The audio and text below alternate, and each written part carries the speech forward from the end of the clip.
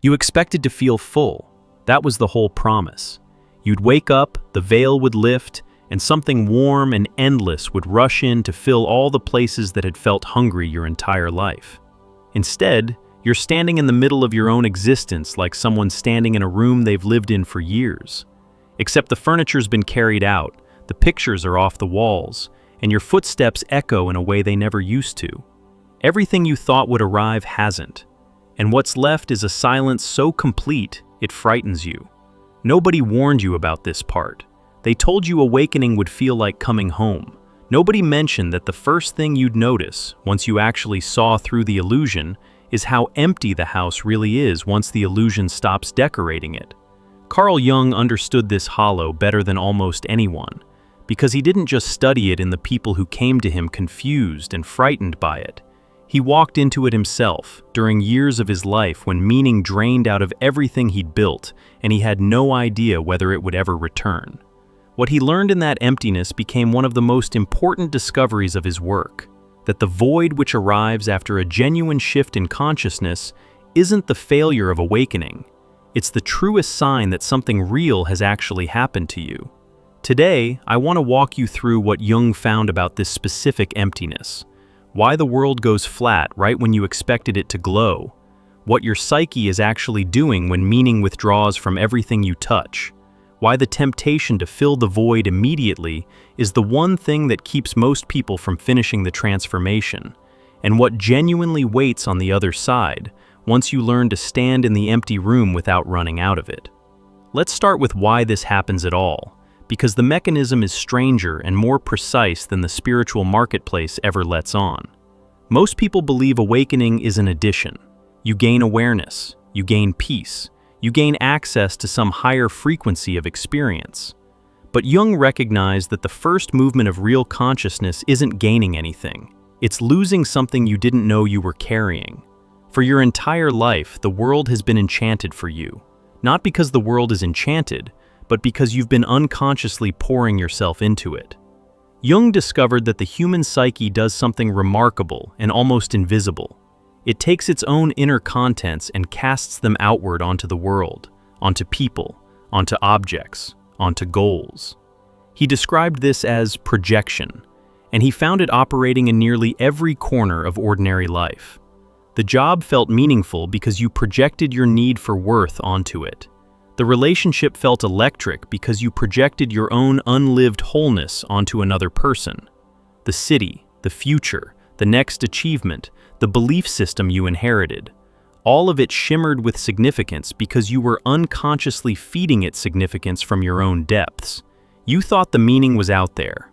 It was coming from you the whole time, and you never knew. Awakening, in the way Jung understood it, is the moment those projections start coming home. You begin to see clearly, and seeing clearly means you stop unconsciously painting your inner life onto the outer world. And here is the part nobody prepares you for.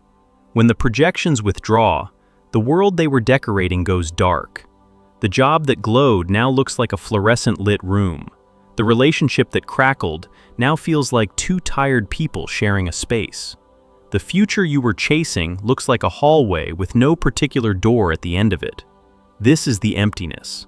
You didn't lose your capacity for meaning. You pulled all your meaning-making energy back inside yourself, and now it's sitting there, uninvested, homeless, and you have no idea what to do with it.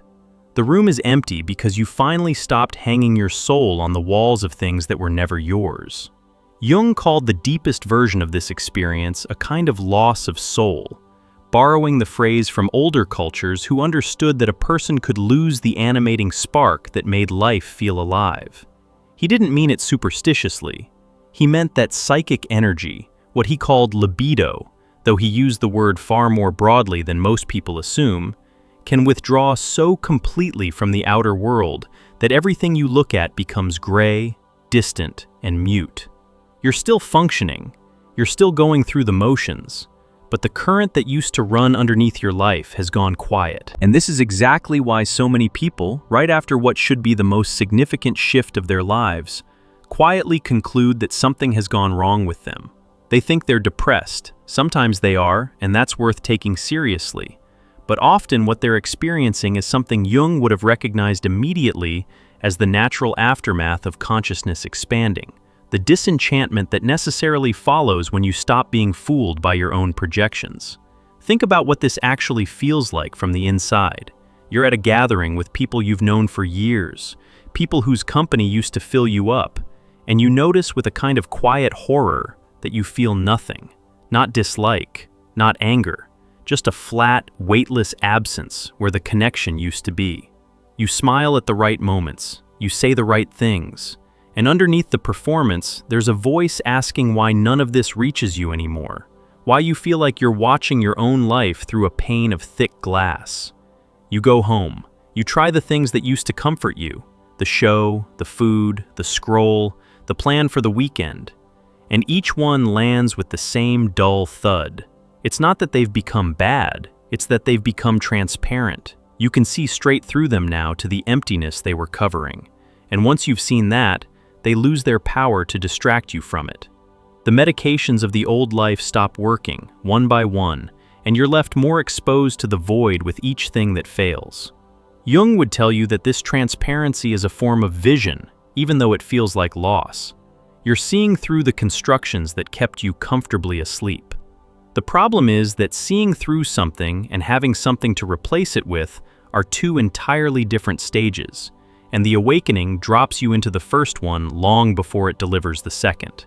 You're stranded in the gap between disillusionment and genuine meaning, and the gap is the emptiest place a person can stand. There's a specific cruelty to how this arrives, because it comes disguised as everything you were promised. You were told awakening would free you from needing external validation, and it does. But freedom from needing it feels, at first, exactly like no longer caring about anything. You were told you'd stop chasing hollow goals, and you do. But the moment the chase stops, you notice how much the chase was holding your days together, how the reaching itself was the thing giving your life a shape. Remove the reaching, and you're left holding a life with no forward pull, and that stillness registers as emptiness before it ever registers as peace. Here's what Jung understood that the marketplace refuses to say out loud. The version of awakening being sold is designed to skip this part entirely, because this part doesn't feel good, and things that don't feel good don't sell. So people are handed a counterfeit, a warm, luminous, endlessly positive experience that asks nothing difficult of them. And when the real process arrives, with its hollowing and its silence and its withdrawal of everything that used to feel alive, they assume they've failed at awakening rather than finally begun it. You didn't fail. The emptiness is the evidence that you stopped performing the awakening and started actually having one. Now, to understand why the void is necessary rather than accidental, you have to understand what was in the room before it emptied. Your entire sense of self, up to this point, was organized around a center Jung called the ego, the part of you that says I, that makes plans, that holds a story about who you are and where you're going. And that ego built its identity almost entirely out of external material, your roles, your achievements, your relationships, the approval you collected, the image you maintained so successfully that you mistook it for your actual face. For most of a life, the ego runs the entire operation, and it runs it by keeping you invested in the outer world, because the outer world is where it sources its sense of importance. As long as you're chasing, comparing, achieving, and being seen, the ego feels solid and central and in charge. It has a job to do, and it never stops doing it. Awakening, at its core, is the moment the ego gets quietly dethroned. Not destroyed, Jung was insistent that the ego is necessary and that trying to annihilate it is dangerous nonsense. But decentered, moved out of the middle of the room, something deeper begins to make itself known, what Jung called the self, the larger totality of who you are, that includes everything the ego spent years excluding. And when the self starts to stir, the ego's whole enterprise loses its urgency. The chasing stops mattering. The comparing goes silent. The image you maintained starts to feel like a costume you're too tired to keep wearing. And this is the deeper source of the emptiness. The center of your life just shifted, and the old center, the ego with all its projects and performances, has gone quiet, while the new center hasn't fully arrived yet. You're between rulers. The old king has abdicated and the new one hasn't been crowned, and the kingdom sits in an eerie, echoing interregnum where no one's in charge and nothing feels like it matters. Jung watched this happen in person after person, and he came to see it as one of the most predictable stages of genuine psychological development. The reason it feels like death is that something is, in fact, dying. The identity you constructed to survive the world, the one built on being useful, being admired, being needed, being right, that identity is losing its grip, and it doesn't go quietly. It sends up waves of emptiness, of dread, of a peculiar homesickness for a life that no longer fits you. It wants you to believe that the emptiness means you've lost your way, because if you believe that, you'll rush back to the old sources of meaning and put the ego back on its throne. And a great many people do exactly that. They feel the void, panic, and immediately go looking for something to fill it.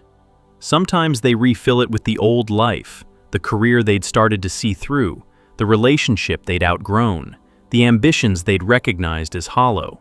They rebuild the room exactly as it was and call it recovery, and they spend the rest of their lives with a faint ache they can't name, the ache of having glimpsed something true and then papered over it. And sometimes they refill it with a new spiritual identity, which is the subtler trap, the one Jung considered even more dangerous, becoming the awakened one, the enlightened one, the person who's transcended, wearing the emptiness like a badge instead of passing through it. But the void isn't asking to be decorated with a new persona. It's asking you to stay in it long enough for something authentic to grow. That staying is the hardest thing a person can do, and it's worth pausing here, because if you're in this right now, the pull to run is probably enormous. If you've been standing in that emptied room, feeling the pull to fill it with anything just to make the silence stop, there's something that might help you stay in it a little longer without drowning.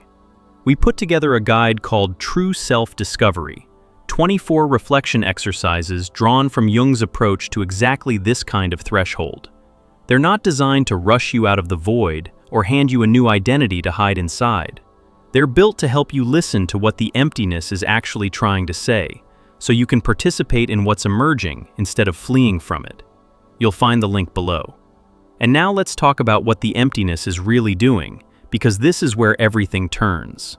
Jung had a word for the state you're describing, that heaviness, that lowering of vitality, the sense that the mental lights have dimmed and everything requires enormous effort. He called it, borrowing from an earlier psychologist, an abaissement du niveau mental, a lowering of the level of consciousness. And most people treat it purely as a problem to be corrected. But Jung noticed something the correction-minded always miss. When the conscious level drops, the barrier between your waking mind and your deeper psyche thins. Things start coming up from underneath.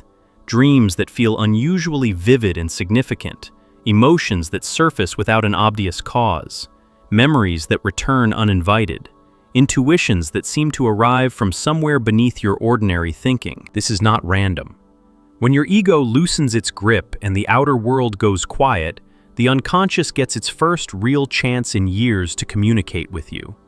All the energy you'd been pouring into the external world, into projections, into performances, into the endless maintenance of the ego's image, that energy has come back inside, and it's beginning to stir the depths. The emptiness you feel on the surface is the exact same phenomenon as the activity now beginning underneath. The room is empty above because something is being built below. Think of the emptiness as the psyche clearing the table. As long as the surface was cluttered with all the old investments, the goals, the roles, the borrowed meanings, there was no room for anything genuine to appear. The clutter had to go. And its going feels like loss because you loved the clutter. You mistook the clutter for your life. You never imagined you'd have to lose it all to find what was underneath. But the clearing is a preparation. The void is fertile in a way that fullness never was, precisely because fullness leaves no space. Jung saw this again and again in people who could tolerate the emptiness rather than flee it. They'd go through a period, sometimes months, sometimes far longer, where nothing had meaning, where they felt disconnected from the entire enterprise of being a person. And if they didn't panic, If they could sit in the not knowing and resist the frantic urge to refill their lives with the first available substitute, something would slowly begin to change. Meaning would start to return. But it would return from a completely different source than before. Here's the crucial distinction, because this is the whole revelation. The old meaning came from outside and was projected. You needed the world to hand you significance, and you unconsciously bribed the world into doing it by pouring your soul onto it. The new meaning generates from within. It doesn't depend on the job being impressive or the relationship being electric or the future being bright. It arises from your own contact with the deeper center of yourself. And because it's generated internally, it can't be taken from you by any external loss. This is what Jung meant by developing a relationship with the self, a felt rootedness in something that doesn't fluctuate with circumstances. But you can only reach that internal source by first losing the external one. The emptiness isn't the obstacle to the new meaning. The emptiness is the doorway. You have to stop being fed from outside before you can discover that you're capable of generating nourishment from within. And that discovery is impossible as long as the outer feeding still works. The awakening broke the outer feeding on purpose. It made the old food taste like nothing, so that you'd finally turn inward and find the other source. Consider someone who spent 20 years building a life around being needed. Every relationship, every choice, every ounce of self-worth ran through the same circuit. I am valuable because I am useful to others. Then something shifts. They wake up enough to see the pattern, to recognize that their compulsive helpfulness was never really about anyone else, that it was a way of borrowing worth they didn't believe they had on their own. And in the instant they see it clearly, the whole circuit goes dead. Being needed stops filling them, because they can see now that it was never filling them in the first place. It was distracting them from an emptiness they'd carried since childhood. For a while, that person is going to feel more hollow than they've ever felt, because the one strategy they had for feeling okay has just been revealed as a placebo. There's no substitute waiting in the wings. There's just the raw, unmedicated experience of the emptiness that the helping was covering. And this is the precise moment where the real work begins, because now, for the first time, they have a chance to build worth from the inside rather than extracting it from the gratitude of others. That's not a downgrade. It's the beginning of the only kind of self-worth that actually holds. The emptiness, in other words, is showing you exactly where you were living on borrowed currency. Every place that feels hollow now is a place where your meaning used to be outsourced. The flatness isn't destroying your life. It's giving you an inventory of everything that was never really yours, so you can finally discover what is. Jung was honest about how difficult this stretch is, and I want to be honest too, because the spiritual marketplace's biggest lie is that any of this is easy or pretty. The gap between the old meaning and the new one is genuinely disorienting. You lose the ability to explain yourself to the people around you, because they knew the old you, the one who chased, performed, and stayed invested in the things they're still invested in. When you stop, they don't see awakening. They see someone who's checked out, become distant, lost their spark. And you can't defend yourself, because from the inside, you're not even sure whether they're wrong. The emptiness is real. You just suspect it means something they can't see. You'll also notice a pull toward solitude that surprises you, and that other people will misread as withdrawal or depression. Jung understood this as the psyche conserving its resources for the internal work. Transformation demands enormous energy, and something inside you knows it can't spare that energy for the endless performance of social life. So it pulls you inward, toward quiet, toward being alone in the empty room. That instinct isn't a symptom to be fixed. It's the psyche protecting the process. You need the emptiness undisturbed for a while, the way a wound needs to be left alone to close. The temptation through all of this is to interpret the flatness as a verdict, proof that you've broken something, that awakening was a mistake, that you were happier asleep. And in a narrow sense, you were happier asleep, in the way that anesthesia is more comfortable than the surgery. But Jung would ask you a harder question. He'd ask whether the comfort of the old life was ever really yours, or whether it was the comfort of a well-decorated cell, pleasant enough that you never notice the bars. The emptiness you feel now is what it feels like to have the door of the cell swing open. The first thing you experience isn't freedom. It's the terrifying openness of a space you don't yet know how to live in. There's a version of this you have to watch for especially carefully, because it looks like progress, and it isn't. When the void becomes unbearable, the mind will offer you a new story to stand on, a spiritual identity, a fresh set of beliefs, a role as the enlightened one who has left the sleeping world behind. It feels like meaning returning. It's the ego sneaking back onto the throne in spiritual robes, refilling the empty room with a more sophisticated version of the same old furniture. The tell is that it makes you feel superior, separate, special. Genuine meaning doesn't inflate you. It humbles you and quietly connects you back to ordinary life. If the emptiness gets replaced by a sense of being above other people, you haven't crossed the void. You've built a house in the middle of it and called the house the destination. Staying in the emptiness without grabbing any of these lifelines is the entire discipline. Jung described a capacity he considered central to real transformation: the ability to hold tension without collapsing it, to remain in the uncomfortable middle without forcing a premature resolution. When you can stand in the void and neither flee back to the old life nor leap into a shiny new identity, something happens that he found almost impossible to explain to his more rational colleagues. A third thing emerges. Not the old meaning, not a manufactured substitute, but a genuinely new orientation that arises on its own from the depths, one that neither your conscious mind nor your habits could have produced. He believed this was the psyche's deepest creative act, and it only becomes possible when you're willing to be empty long enough for it to occur. That willingness is quiet and unheroic. It looks like getting up in the morning when nothing feels meaningful and moving through your day anyway, without demanding that the meaning return on your schedule. It looks like letting the old comforts fail without frantically searching for new ones. It looks like sitting in the empty room, in the echo of your own footsteps, and slowly getting used to the silence instead of filling it, until one day you notice that the silence has stopped feeling like absence and started feeling like space. Because that's what changes, eventually, for the people who can wait. The emptiness doesn't get filled from outside the way you kept expecting it to. It gets transformed from within. The same void that felt like death starts to feel like room. Room to breathe, room to be, room to finally hear what you actually want beneath everything you were told to want.